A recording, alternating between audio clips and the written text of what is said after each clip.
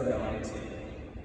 Standing here before you is weird. I feel this pressure to give some timeless advice that will endure, despite our world changing at an unprecedented pace. The world is so different, even from 4 years ago. For example, you were the first graduating class to have persevered through a global pandemic, just as this is the first commencement speech written entirely by ChatGPT. The tech is still new, so please forgive any grammatical errors, and if I randomly bow to any all humanity that did not come from me, that's definitely the robot. At this point, I should probably tell your parents who I am. I'm Mark Grover, a former Apple and NASA mechanical engineer who became a YouTuber. And yes, I know to some of you, sounds like I just said I quit the NBA to work at Foot Locker, or I traded a Picasso for an NFT of a stone monkey. But I wouldn't have it any other way. I sort of feel at home here because Buzz Aldrin went to MIT. And just like me, Buzz was a NASA engineer. Only Buzz stuck with it and became one of the first humans to step foot on the moon, whereas I quit to become the first human to sprinkle Porsche pirates with glitter and fart spray. It's on YouTube. Your kids will explain it later. But whether it's seeking carbon justice for package thieves, or building an obstacle course for squirrels in my backyard, I plan my monthly YouTube videos out really far in advance. In fact, I've already decided that my June 2053 video will be a collab with all of you. It's going to be a retrospective look at all the amazing things this MIT graduating class of 2023 has accomplished. In fact, this right now is the video intro. So if you ever wanted to be in one of my videos, this is your chance. Now, will YouTube still be around in 30 years? Hopefully, unless Elon buys it. But here's the thing, the degree to which you positively impact the world is the degree to which you'll be featured in the video. So in order to increase your chances of making the cut, I want to give you 3 pieces of advice based off my life experiences. The first piece of advice is to embrace naive optimism. What do I mean by naive optimism? Actually, before I go any further, I'm not really used to public speaking, so whenever I get to the juicy part of my YouTube videos, the music starts. So if you'll just give me a moment to hit this button, trust me, this will be better for both of us. Both of us. Oh, wait. There we go. That's better. All right, what do I mean by naive optimism? Naive optimism means it's easier to be optimistic about your future opportunities when you're sort of naive about what lies ahead, when you don't know what you don't know. As a simple example, think back on your first week at MIT and how naive you were about the number of all-nighters and cans of Red Bull that would be required to be sitting where you are right now. In fact, you guys consume so much caffeine, I'm surprised you're even able to sit down at all. If you truly understood what would be required, that discouragement might have prevented you from even starting. Sometimes it's an advantage not to be an expert with all the experience. There's no reputational risk, so it's easier to try new things and approach them from a fresh, first principles approach. Naive optimism can also help when faced with a big life decision, when you feel like you want to know the results before you decide, when the true outcome is simply unknowable. Naive optimism means you have the irrational confidence of a child learning to walk or a mom learning to TikTok. And you pick what you think is the best path and just move forward, knowing there's more than one trail that leads to the top of Mount Fuji. It's okay that you don't know exactly what you want to be doing 20 years from now or what you want to have accomplished. And by the way, even if you do know, it doesn't matter anyways, because you're wrong. Anyone who tells you they knew they'd be where they're at 20 years ago is either lying, or delusional, or a time traveler. Life is like trying to cross a big flowing river with lots of rocks and boulders strewn about. If you want to cross the river, you have to start on the bank and look at the first several rocks in front of you. You can wiggle them with your toe and sort of scan a few boulders out, but at some point, you just gotta pick one and jump, because the river is dynamic and always changing. The first rock in this metaphor is a hobby. Let curiosity and passion guide your initial step. If that first rock represents your professional career, take curiosity and passion into account, but you should also weigh what you're good at and what the world needs, even if the world might not know they need it yet. Whichever one you pick, the real secret is to dominate, obsessively study it from every angle, and master it. Now from your position of a more secure footing, you can reevaluate your river, and you'll find you've got a few more rocks available that you couldn't even see from where you started, so you can continue on your journey.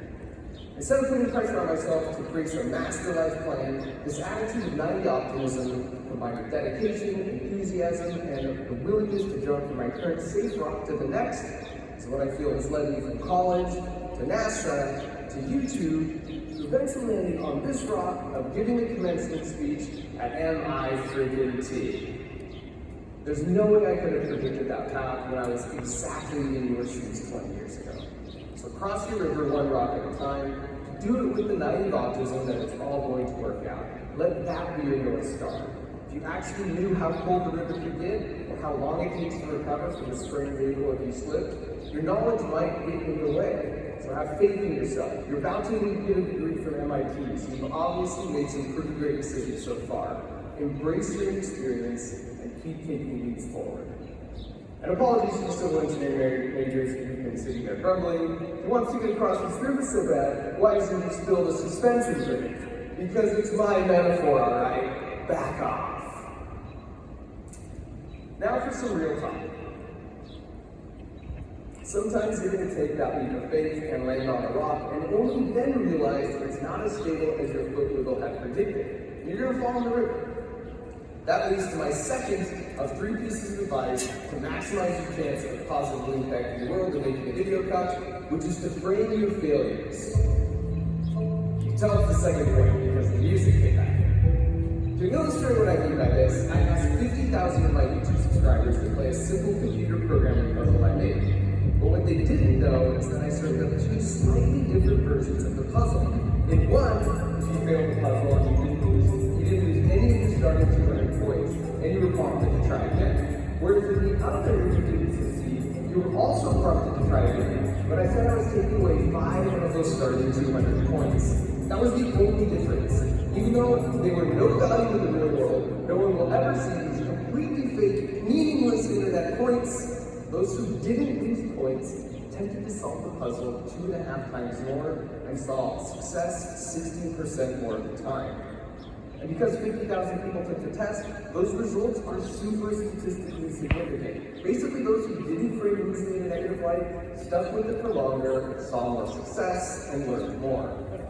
And I think a great example of this in real life is video games. When Super Mario Bros. First came out, my friends and I became obsessed with making it to the castle and rescuing Princess Peach from the evil Browser. We get to school and ask each other, dude, what level did you make it to? Did you pass the game? We never asked each other for details on all the different ways we might have done it. This was before Call of Duty. When it comes to video games like this, no one ever picks up the controller for the first time, falls in the pit right away, and thinks, I'm so ashamed. That was such a failure. I'm never doing this again. How am I going to bring it to Luigi? I murdered his brother. What really happens is they think, okay, I gotta remember there's a pit there. And next time I'm going to come at it with a bit more speed. And the focus and obsession is about beating the game, not how dumb you might look if you get killed by a sliding in the shell. And as a direct result of that attitude, of learning from but not being focused on the failures, we got really good at learning a ton in a short amount of time. And in my personal and work life, I've dealt with my fair share of sliding in shells. I still feel like every video we make each month, there's a moment where it seems everything that can go wrong has gone wrong. And those failures can be gut-wrenching, and they can sting real bad. But they sting like missing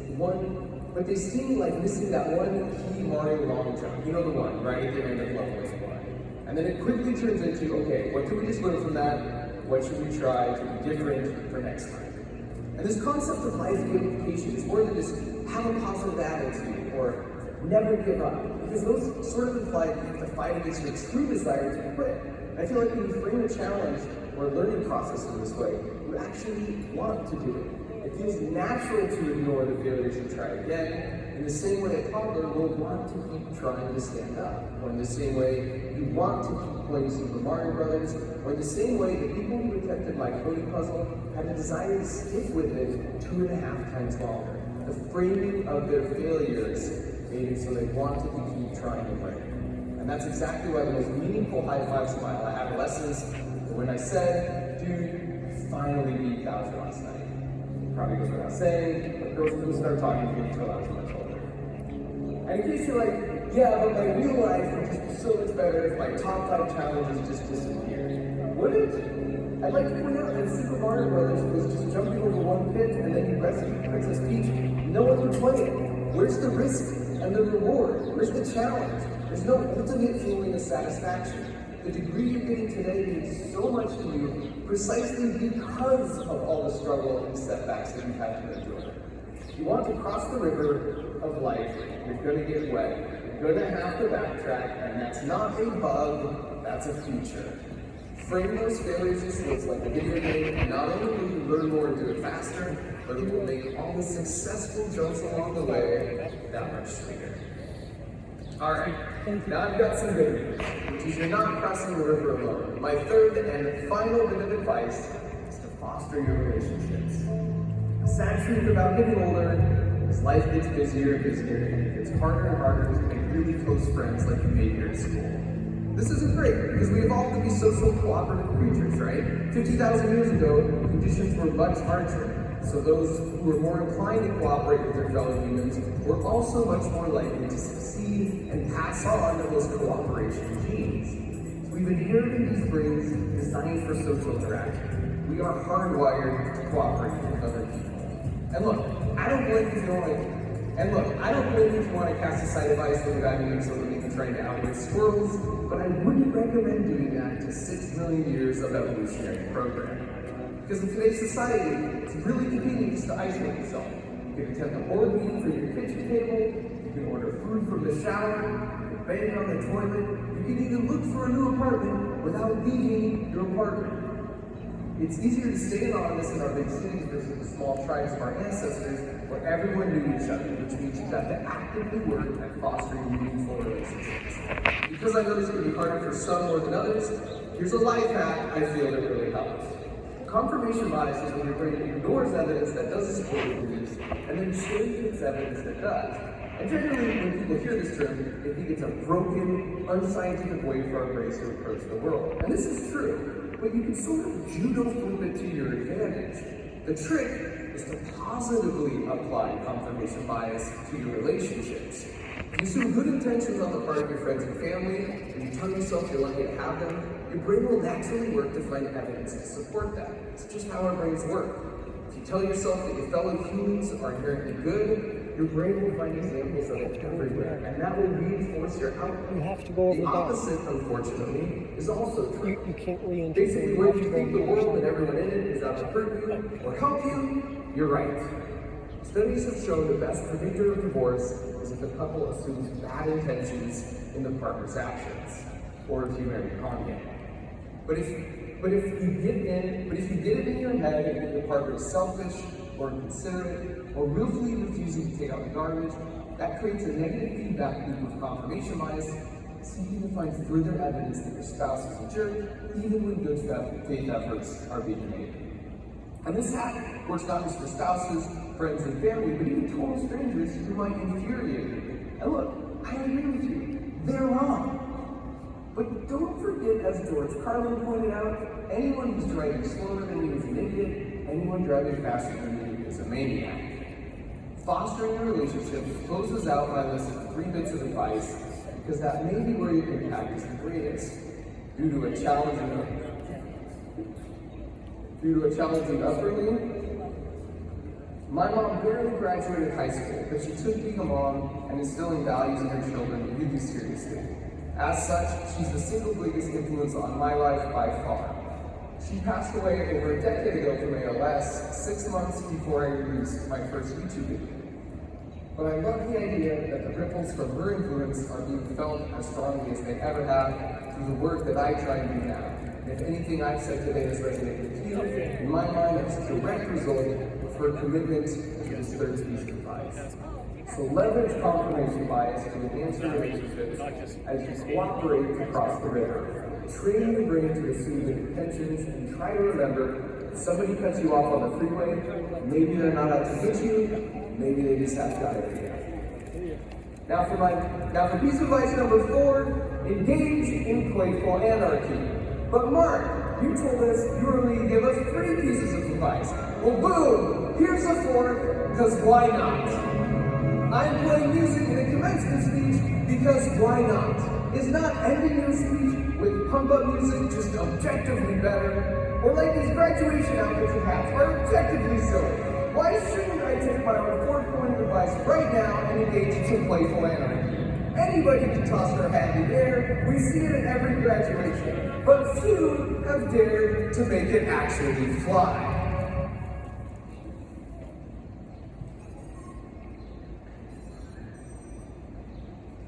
To my first point, I will embrace my naive optimism that it will actually work, but if not, to my second point, if it goes haywire and I accidentally blow up E53, I can frame the failure as an opportunity to renovate a very old and sketchy building. Maybe this time even add a few windows.